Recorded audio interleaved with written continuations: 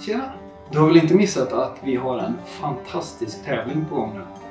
Det är Strasse Sweden tillsammans med Jakt i Jakt som ger dig möjlighet att vinna den här. En RS14 Evolution Luxus 1 i kaliber 308 med en Aimpoint H2 i snabbmontage och en Stalon X108 ljuddämpare.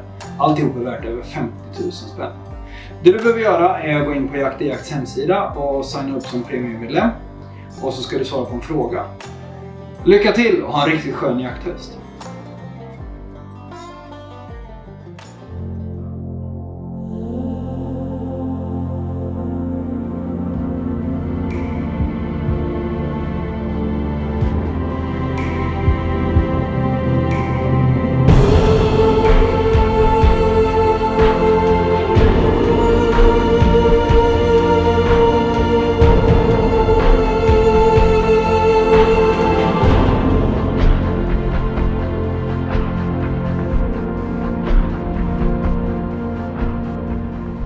Välkommen till Jakt i Jakt. Jag viskar redan. Jag ska ut på något svinspännande. Någonting som jag har velat göra jättelänge. Vi är i Hede för vi ska jaga björn. Och för drygt år sedan så träffade jag en kille som heter Ulf. Och han är härifrån och håller på med björnjakt, jobbar med det. Och ja, vi snackade massor. Rätt vad det så dyker upp en bok hemma hos mig. Den här fantastiska boken. Hjärtat av Härjedalen och Sånfjället. För det är här vi befinner oss. Väldigt nära Sånfjället och här finns det gott om björn. Någonstans där så trillar liksom allting på plats. Det är klart jag måste åka till Ulf och jaga björn. Så här är vi nu. På jaktskyttebanan strax utanför Hede. Och ska skjuta björnpasset. Jag har ju tränat hela sommaren men nu ska vi göra det skarpa provet. Och jag ska få träffa Ulf och Manne som är mina ledsagare och medhjälpare på den här jakten. Häng med så ska ni förhoppningsvis få med något riktigt spännande. Ulf och Manne. Tjena dig.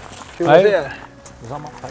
Ulf Eriksson och Manne Bäckman, de jobbar ju med det här med jakt och framförallt då kanske med björnjakt. Och ni tillbringar ju större delen av er tid i skogen så att jag tror det är svårt att hitta några som har bättre koll på det här området. Hörrni, svinkul att vara här. Kul att ha det här. Ja, och nu ska vi göra björnpasset. Ja, precis. Ja. Det måste du klara. Ja, jag har faktiskt inte hunnit med att skjuta björnpasset. Jag har tränat större delen av sommaren men det känns lite pirrigt för mig. För att det är alltid så liksom, men fixar jag inte det här så får inte jag jaga björn. Då får jag åka hem till Järpen igen. Nu ska vi göra provet. Och det går till så att jag skjuter på sidfigur på björnen och jag skjuter rakt framifrån. Och skotten ska sitta i träffområden. Det här är ju nära håll och jag har en aimpointen om det blir tight eller eftersök och liknande. Då vill jag gärna ha en aimpoint för att ha bra överblick över situationen.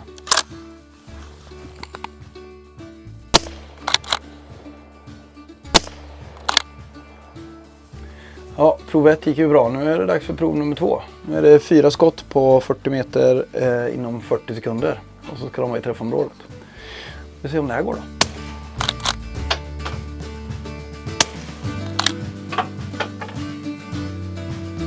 Jo, men här sitter de ju, en på linjen, men på linjen räknas också. Så att här är 4 i träffområdet. Till min hjälp har jag min Strasser som vanligt, men jag har en prototyp. Det är Strassers nya karbonkolv som kommer i oktober-november. Den görs av österrikiska FVT. Höj- och sänkbart kindstöd utan verktyg, tryckknappsfunktion. Den har ett M-lock-system infällt i kolven så att det är snabbt att montera tillbehör. Och bössan blir extremt lätt. Stort hål för tummen, lätt att repetera utan att ta ur tummen ur kolven. Sköta säkringen utan att ta ur tummen. Otroligt smidig och jäkligt bra skjutergonomi. Då var det dags för prov nummer 3 och då skjuter vi 4 skott på 80 meter. Och då är det lite långt för aimpointen tycker jag. Det går alldeles utmärkt att skjuta på 80 meter med den också, men gubbens ögon börjar bli gamla och här är det gött med lite förstoring.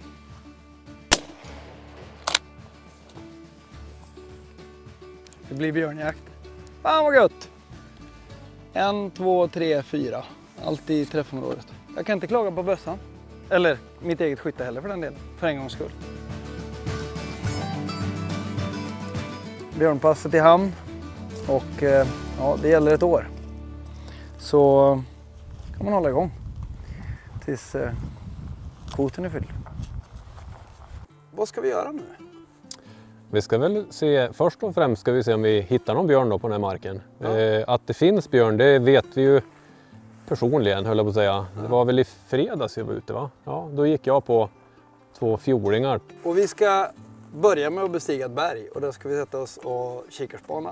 Ja. Och vi kommer tälta där uppe och sen om vi hittar en björn, vad gör vi då? Då ska du hjula ner för berg. Nej, men det går snabbast. Ja, nej, men då är det, kommer du att få med dig Manne som har jagat där mest av oss 2 och har även skjutit björn vid den här jaktformen. Då får ni ner för ett berg och sen upp för ett annat och smyga på den här björnen då. Hörrni, det här kommer bli sjukt spännande. Så det är väl bara liksom kroka på sig i ryggsäcken. Jag har packat typ allt jag äger och har och så ska vi gå ditåt. Vi ses där.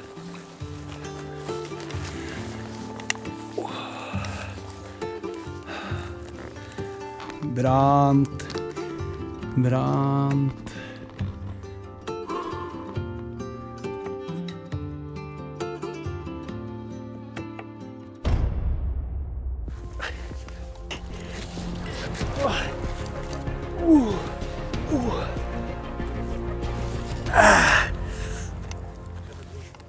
Såg det mäktigt ut eller?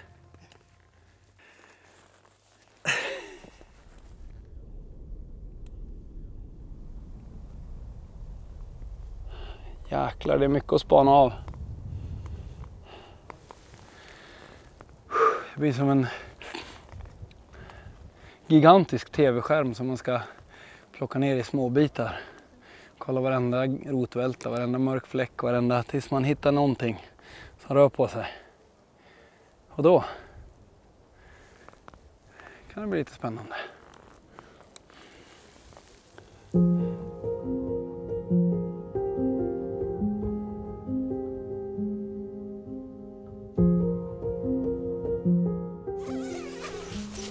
Nu ska jag göra ordning lite grann i tältet, få upp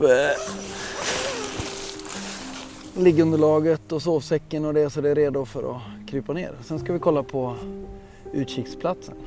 Det är helt magiskt där borta. Första kvällen och ja, det här. Sämre kan man ju ha det. Men hur går det till liksom när vi ser en björn på andra sidan och så ska vi kuta över dit? Då sitter Ulf kvar här. Ja, eller ja, Ulf i det här fallet, eller ja, som man jagar så är det en som sitter kvar. Här i huset och håller koll med kikaren och sen försöker vi så fort som möjligt men ändå så tyst som möjligt ta oss dit i närheten av björnen helt enkelt. Men vad har ni någon kommando? Men det går inte att gå och prata i radio liksom? Ja, vi brukar köra liksom vanlig radiokontakt tills man är några 100 meter ifrån. Och sen brukar man säga att nu är vi ganska nära så nu kommer vi sluta och svara. Och att personen som sitter kvar, Ulf i det här fallet, då får säga hela tiden vad björnen gör. För när björnen går med huvudet ner i marken och betar bär då, som den gör så hör den ju inte så mycket, men med jämna mellanrum så tittar den ju upp, lyssnar, spejar av omgivningen om det händer någonting. Och då måste ju Ulf kommentera det till oss så att vi kan stå still just då, för då är det ju väldigt lätt att man röjer sig. Och sen talar Ulf om nu betar björnen igen och då kan vi fortsätta gå. Och sen har vi brukat gjort det med komradion att för att inte svara då vill man att Ulf repeterar så trycker vi bara 2 gånger så. Bara klickar? Ja, så repeterar Ulf. Ja, det vore ju helt fantastiskt att få uppleva en sån ansmygning bara. Det räcker nog egentligen ganska långt bara där för mig. Men... Ja, vi har ju goda förutsättningar. Väderprognosen ser bra ut, bärtillgången ser god ut. Så att det känns som att förutsättningarna är på våran sida. Verkligen.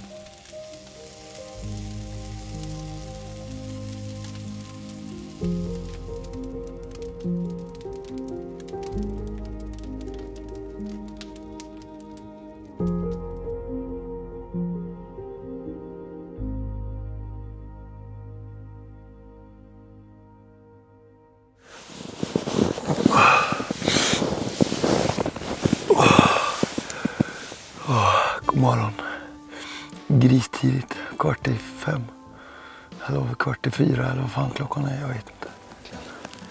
Och den här jakten, den är långsam. Sen kan ju allt på en sekund bara bytas ut mot 100% adrenalin och fullt påslag. På med spring. Jag har gjort ordning en liten midjeväska med allting jag behöver, så vi bara tar den och sen så kutar man. Och så ska vi ner och så försöka genskjuta björnen. De går ju hela tiden och betar och rör sig. Och så ska man försöka räkna ut vart den är på väg. Och ta sig dit innan den kommer eller går förbi där. Så att sjukt häftigt.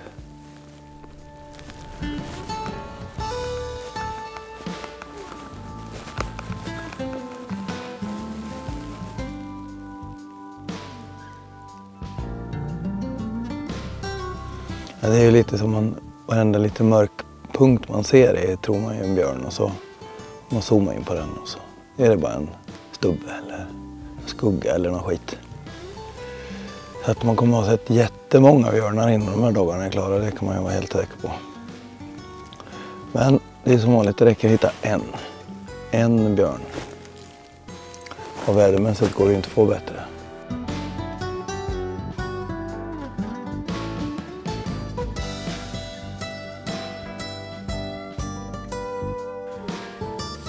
Suttit här några timmar nu.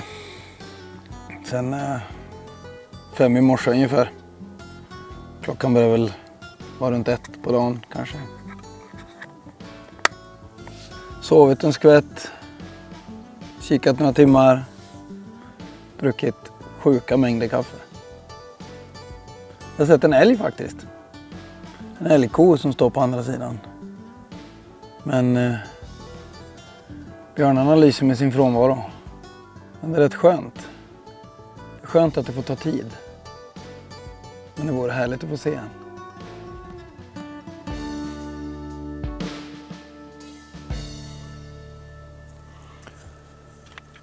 Alltså det är ganska fascinerande. Mannen som har varit här i många år, de har ju sett björn här varenda år. De är här 10-12 dagar på hösten och kikarspanar. De ser alltid björn. Han hade räknat efter och sa att de har sett där mellan 6 och 13 björnar på de där dagarna. Så att det är väl ungefär 50% chans att vi får syn på en björn.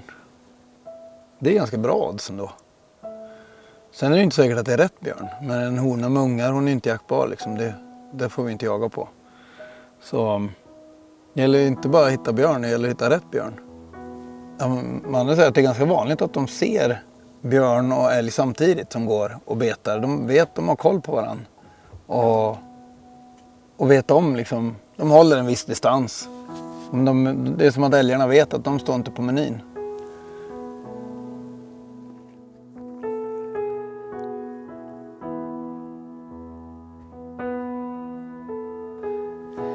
Två kilometer borta på fjällryggen där borta så står det 2 kor och en skaplig oxe och betar mitt uppe på fjället liksom.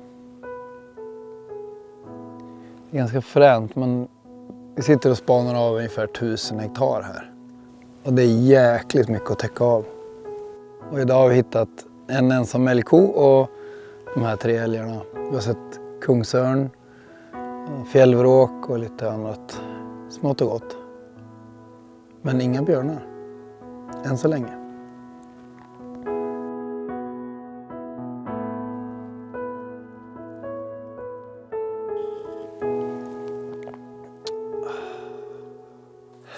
Ja, andra dagen sent på eftermiddagen.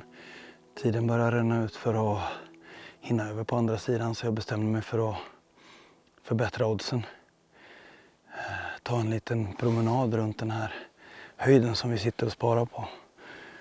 Det är en hel del hyggen med mycket bäris ner på norra sidan.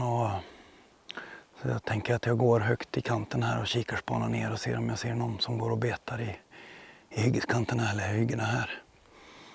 Så ja, vi får se om det hjälper oss.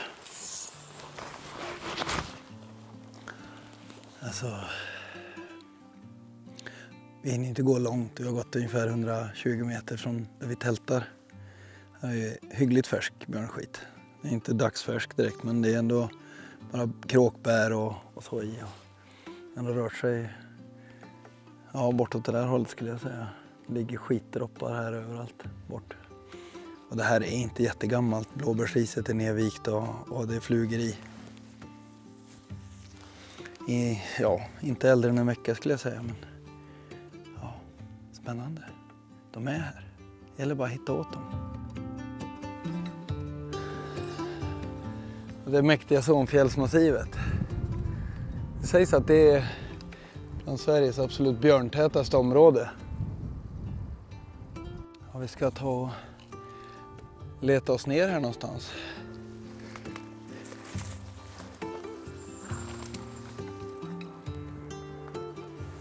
Gå in i tät skog med en högförstorande kikare är inte super. Så jag byter till min aimpoint.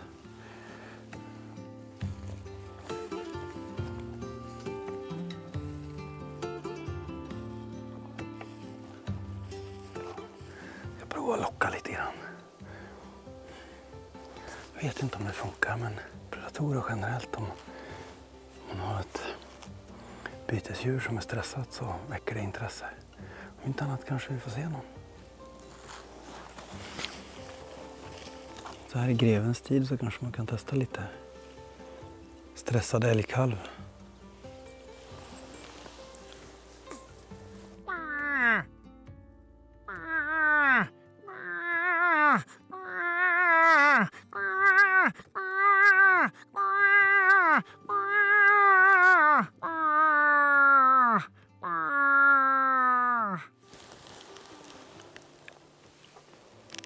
Coolt va?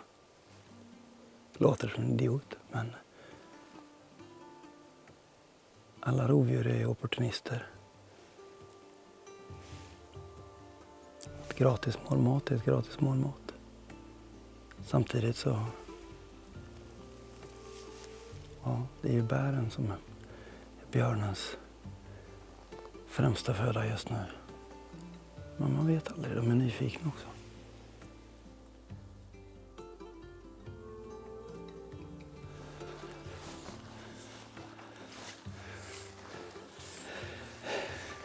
Jäklar vad mäktigt. Alltså björn har redan börjat gräva i det. Det är fullt med bärskit. Stora jävlar, och sen har han rivit ur långt ner, 10-15 meter ner ligger det. Har han bör provat att gräva sig in. Jäkligt tidigt. Men de kanske börjar förbereda så tidigt. Men det är inget snack om att man är mitt jävlar i björnmäcka. Undrar hur det känns att ligga ett björn i det. Alltså, funkar ju. Alltså det här är inte gammalt. Det ligger 1, 2, 3, 4 stora skitar. Där har varit rivit riktiga klodrag där. Imorgon då ska vi hitta den här bumlingen. Att få vara ute så här är ju liksom en belöning i sig själv. Men att få komma hem till Mannes luffarmacka, det är inte mycket som slår det. Och så en liten pilsner till det. Kan man ju stå ut. Ja? Skål på er. Och så mackan.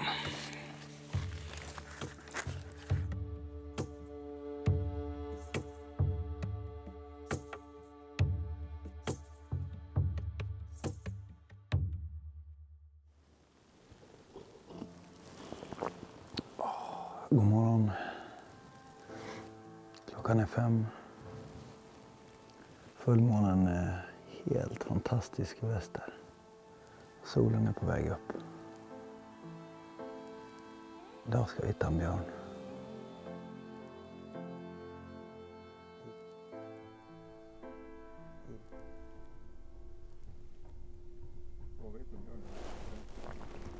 Det ser ut att vara en stor björn. Ensam rätt över här 1500 meter.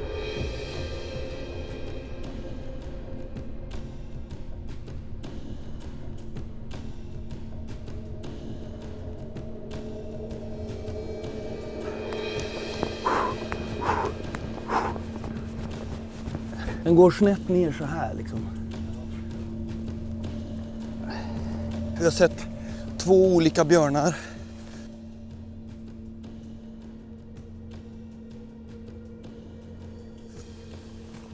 Och en riktigt stor som går och betar, som är lugn.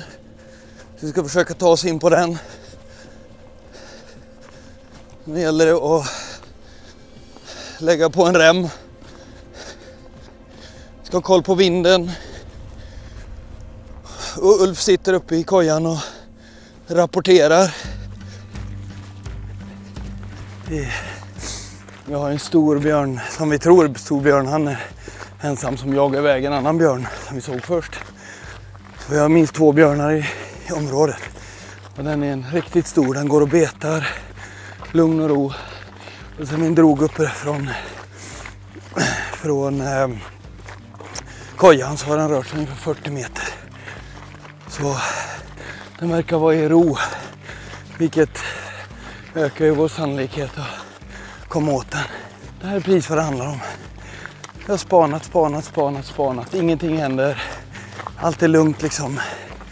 Skoj och glam och härligt umgänge och ganska slow liksom. Och plötsligt så bara exploderar det. Det är bara krut i allt liksom.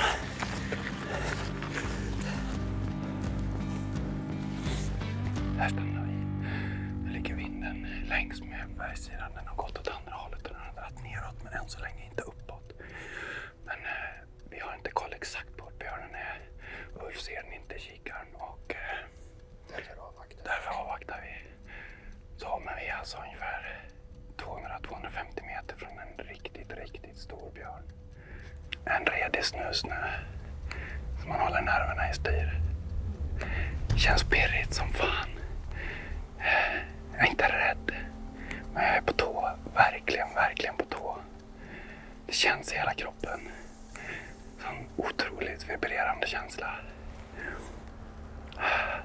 Lite nervöst och... Jag har stått här i en dryg timme. Ulf som sitter uppe och spanar har inte sett björnen. På ungefär 1 timme och 20 kanske nu. Vi vill inte gå längre upp för då är risken att vi röjer björnen, så vi bestämmer oss för att gå tillbaka och... Fortsätta spana helt enkelt. Ja. 3 spanare ser bättre än 1. Och innan vi skulle... om vi skulle röra oss uppåt här så vill vi verkligen veta var björnen är.